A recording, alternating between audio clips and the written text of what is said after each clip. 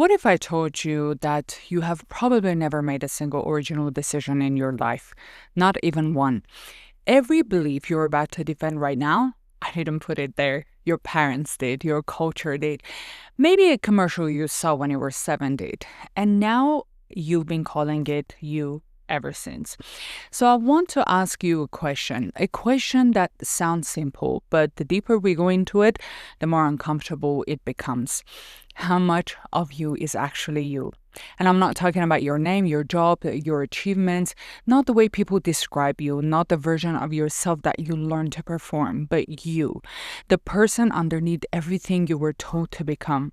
Because most of us spend our entire lives becoming someone, and a few people only ask, becoming who and for whom?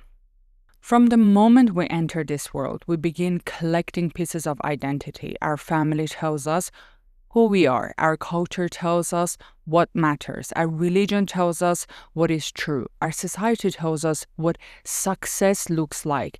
Our experiences teach us what is safe. And then slowly we build a personality story, a version of ourselves. But here's the question.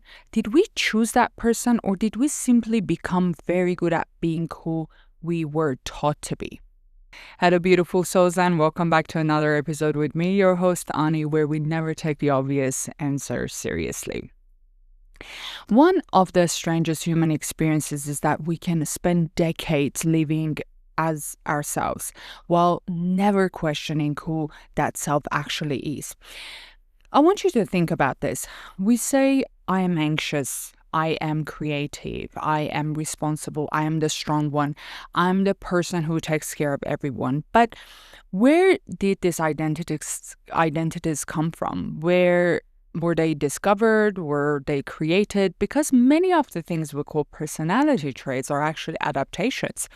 A child who learns my emotions are too much may become the person who never asked for anything. A child who learns I'm loved when I succeed may become the adult who cannot rest. A child who learns I have to keep everyone happy may become the person who loses themselves trying to be needed. And the fascinating part is this. The strategy that protected you once can become the prison you live inside later. So before you were old enough to ask, do I believe this? You were already absorbing. And this is how the world works. Before you had the ability to analyze, you were already learning. Children do not critically evaluate the world. They absorb it. They look around and ask, what do I need to become to belong here? And this is where identity begins. Maybe you became the achiever because achievement received attention. Maybe you became the caretaker because being needed felt like being loved. Maybe you became the rebel because rebellion was the only way to feel free. And slowly, the adaptation becomes the identity. You stop saying, I learned to be this way. You start saying, this is just who I am. Think about The Matrix for a second. Neo spends his whole life believing he is an ordinary man with an ordinary job. Not because someone lied to him directly, but because the system around him never gave him a reason to question it.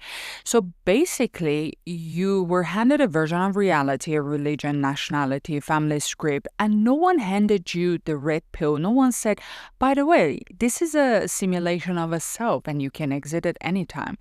You just woke up one day and boom, the role was yours. Nobody sits you down when you're young and says, congratulations, you have been chosen for this role. And yet, somehow, many of us spend our entire lives performing roles we never consciously accepted. The responsible one, the successful one, the difficult child. And these roles can become so deeply attached to us, that losing them feels terrifying, because if I'm not the strong ones, then who am I? If I stop taking care of people, will people still love me? And maybe this is why changing ourselves can feel like betrayal, because sometimes becoming yourself means disappointing the version of you that everyone else was comfortable with. And here's an uncomfortable exercise. I want you to take something you strongly believe in, any belief, and ask yourself, would I still believe in this if nobody I love knew I believed it? Would you still choose this? Would you still want this? Would you still fight for this? Or does part of you need the approval that is attached to it? Because there's a difference between I value this and I learned that I'm supposed to value this.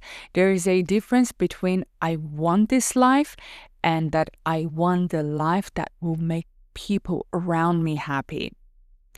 And many people do not discover the difference until much later in life. Think about the power of marketing. Marketing doesn't sell you products. It sells you identity, then sells you the product as proof you belong to it. Buy this and you'll be the strong one. Wear this and you're the woman who has it all together. Advertising didn't create your insecurities from nothing. It found the identity gaps your childhood already craved out and it moved in.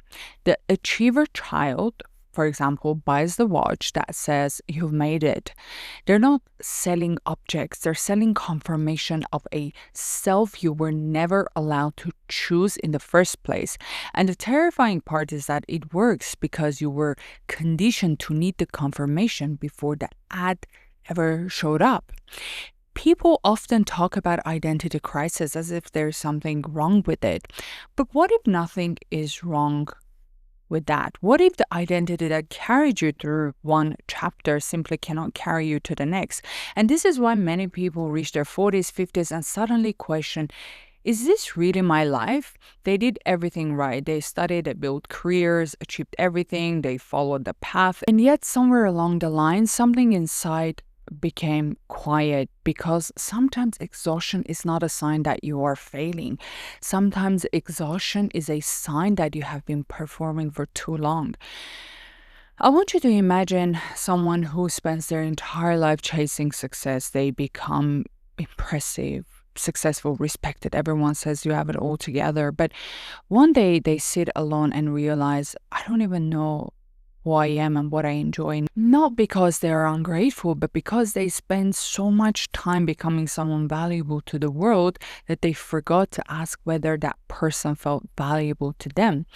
And this happens more than we admit, because society teaches us how to build a life, but it doesn't teach us how to build self. This also happens when people leave a belief system, religion, culture, community. People often assume the difficult part is changing your beliefs, but sometimes the hardest part is losing the identity attached to those beliefs.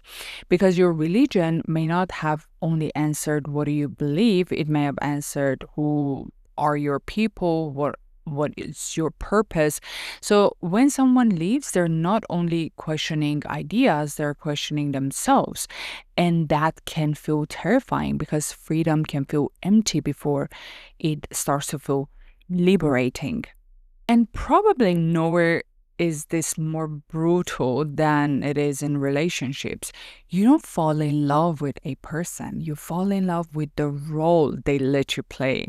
The caretaker finds someone to rescue. The achiever finds someone to impress. The abandoned child finds someone who is emotionally unavailable, because familiar feels like love even when it isn't. We call it chemistry, but it's actually recognition of nervous system. Finding a script that already knows how to perform. And when the relationship ends, it's rarely just heartbreak. It's an identity collapse, because if I'm not the one who fixes him, then who am I?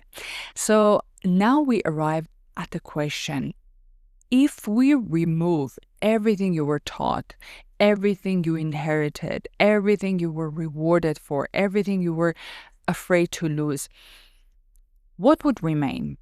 Remove your job, your achievements, your relationship status, your nationality, your religion, family's expectation, everything.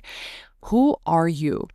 And perhaps the answer is uncomfortable, because many of us have confused ourselves with our story. But maybe you are not only the story. Maybe you're also the awareness watching that story, the part of you that can observe Why do I think this way? Why do I feel this? Why am I choosing this? And perhaps that is where freedom begins, not where you finally discover a perfect version of yourself hidden underneath everything, but you become conscious enough to choose what stays and what goes.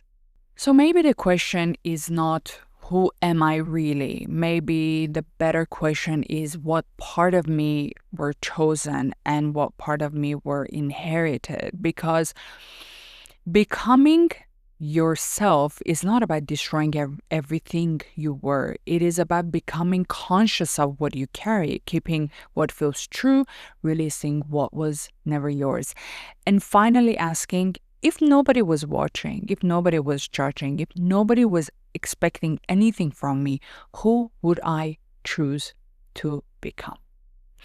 So, my lovelies, I want to thank you for being here and thank you for lending me your ears. Your presence is very much appreciated. Share your thoughts with me in the comments. I read everything.